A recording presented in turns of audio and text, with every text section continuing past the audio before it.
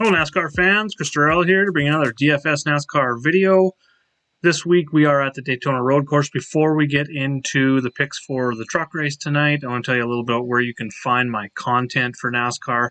You can head over to patreon.com/Jagerbombs, and for $5 a month American, $7 Canadian, that gets you one sport access to my sheets, access to my Slack chat, skeleton lineups, one-on-one coaching, video, advanced videos, strategy discussions, those sort of things. And for $10 a month American, $13.50 Canadian, you get access to all my sports sheets. And I cover NHL, college basketball, League of Legends, PGA, soccer, UFC, baseball, which will be returning very soon, NBA, college football, which will be back next season, NFL back next season, NASCAR, which we're looking at here. I cover the Trucks, Xfinity, and Cup Series with cheat sheets for each, as well as the Fantasy Matrix, videos for each, customizable models on the sheets. I'm going to go over those here shortly. And then here's the All Sports package as well. You can also go over to dfsr.com. If you are already a member, you go up to the Other Sports tab, click on Chris's DFS Sheets Premium. That is going to take you to the page where I post all my sheets each and every day for members. As you can see here, NHL, NBA, the PGA, the NASCAR sheets. So, if you're not a member, over to dfsr.com, dailyfantasysportsrankings.com, you will get a page like this when you try and access those pages, the sales page.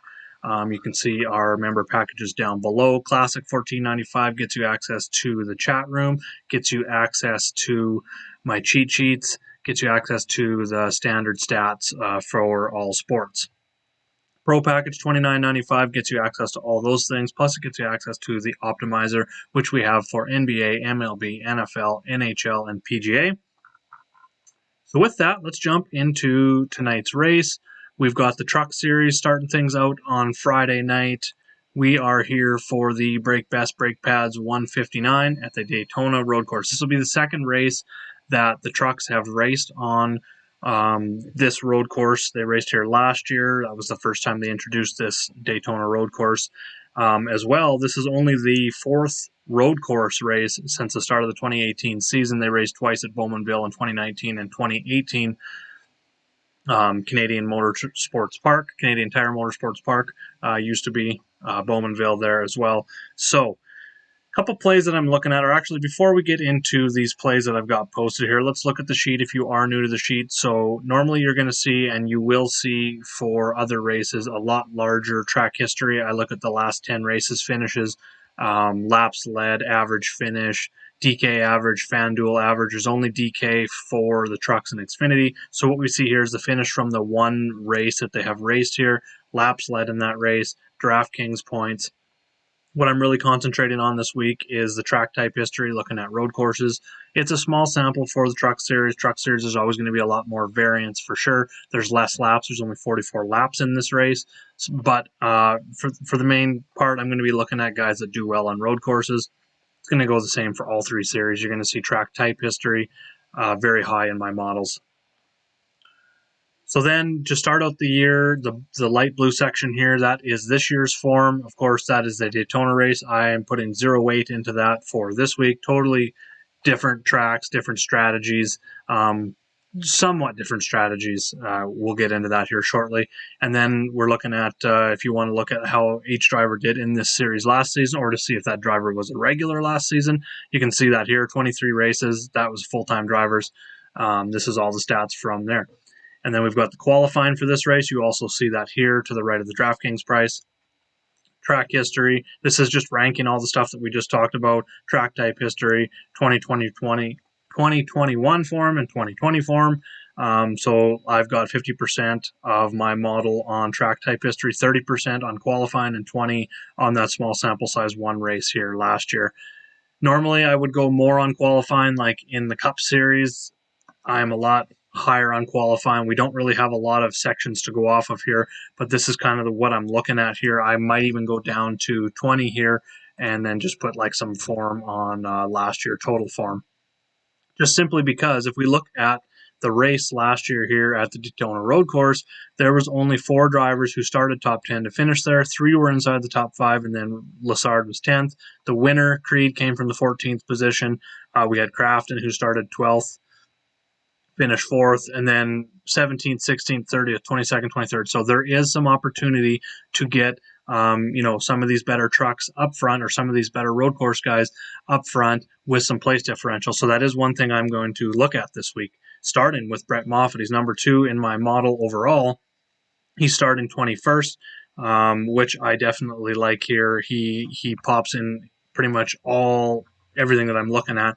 He finished 2nd here at this track last year. And then if we go and look at the road course history tab and look at Moffatt, he won at Bowmanville in 2019, 3rd at Bowmanville in 2018. What stands out there is he did start further back in the field in that one, 17th, was able to come through, average running position of 7th. So he got up inside that top 10 quite early, and ran top 10 all day, finished 3rd, 58 DK points at these road courses which don't have as many laps. That is an excellent score. So Moffatt's definitely going to be there in my model, especially considering that he is the 4th most expensive on DraftKings tonight. If we go look at the Fantasy Matrix tab, if anyone is new or just looking for a refresher on what the Fantasy Matrix is, it's just showing every driver, their DraftKings price, their starting position, which is key in the formula. If you want to come in here and make your own copy of the sheet and put in projected laps led, you definitely can. Like if you put in Ben Rhodes, you think he's going to maybe lead 15 laps, it's going to change all these scores here. So what this is calculating, if you're looking at, let's talk about Brett Moffatt here. I'm going to highlight him green. Core play, starting 21st. This is how many DraftKings points he's going to get from each and every finished position, just so you can kind of compare drivers. So, John, for instance, Brett Moffatt, I think he can probably get a 10th is kind of what I'm looking at as his floor. That's 45 points. This does not calculate fast laps. It only calculates the finishing position and laps led if you calculate that in here. So 45 points if he finishes 10th. To get 45 points out of John Hunter Nemechek, who's only 200 more, he needs to finish 2nd, pretty much win the race for him to get the same value as Brett Moffatt starting 21st, only needing a 10th. And I think Moffatt's got upside of 5th, top 5 finish here, which kind of gives him over that 5x threshold, which I really like. That kind of upside from guys in this 10K range. I'm looking for 5x and up. I want them to get, have the access to a lot of points.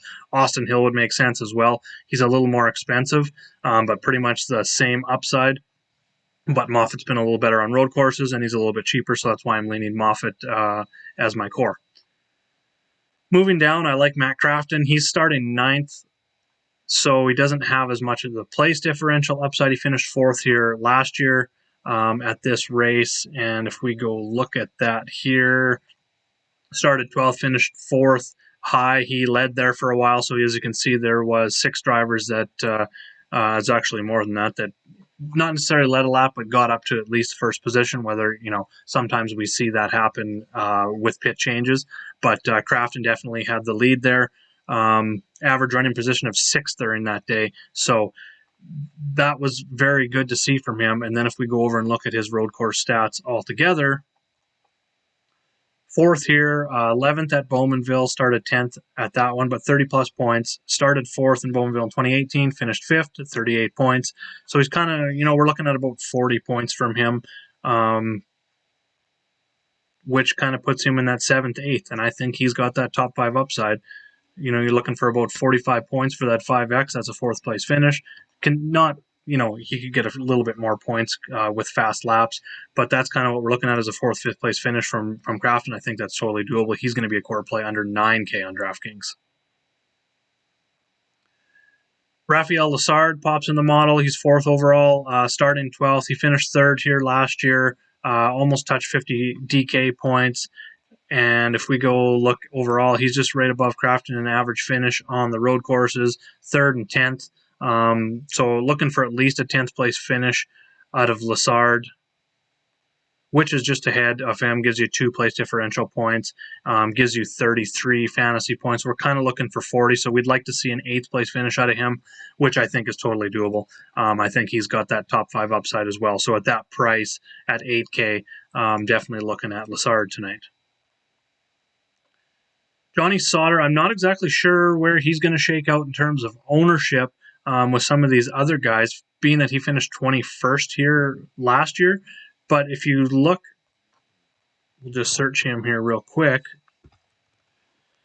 Started 11th, finished 21st, but he had a high position of 5th, so he did get up there, low position of 31st, average of 17th. I don't exactly remember what happened there. 11 quality passes in that race. Wasn't great showing from Sauter, but if you look at his road course history, outside of that 21st, before that, he was excellent at Bowmanville. Started 13th, finished 6th, started 6th, finished 6th, 40 points, 45 DK points, and that's with the new scoring.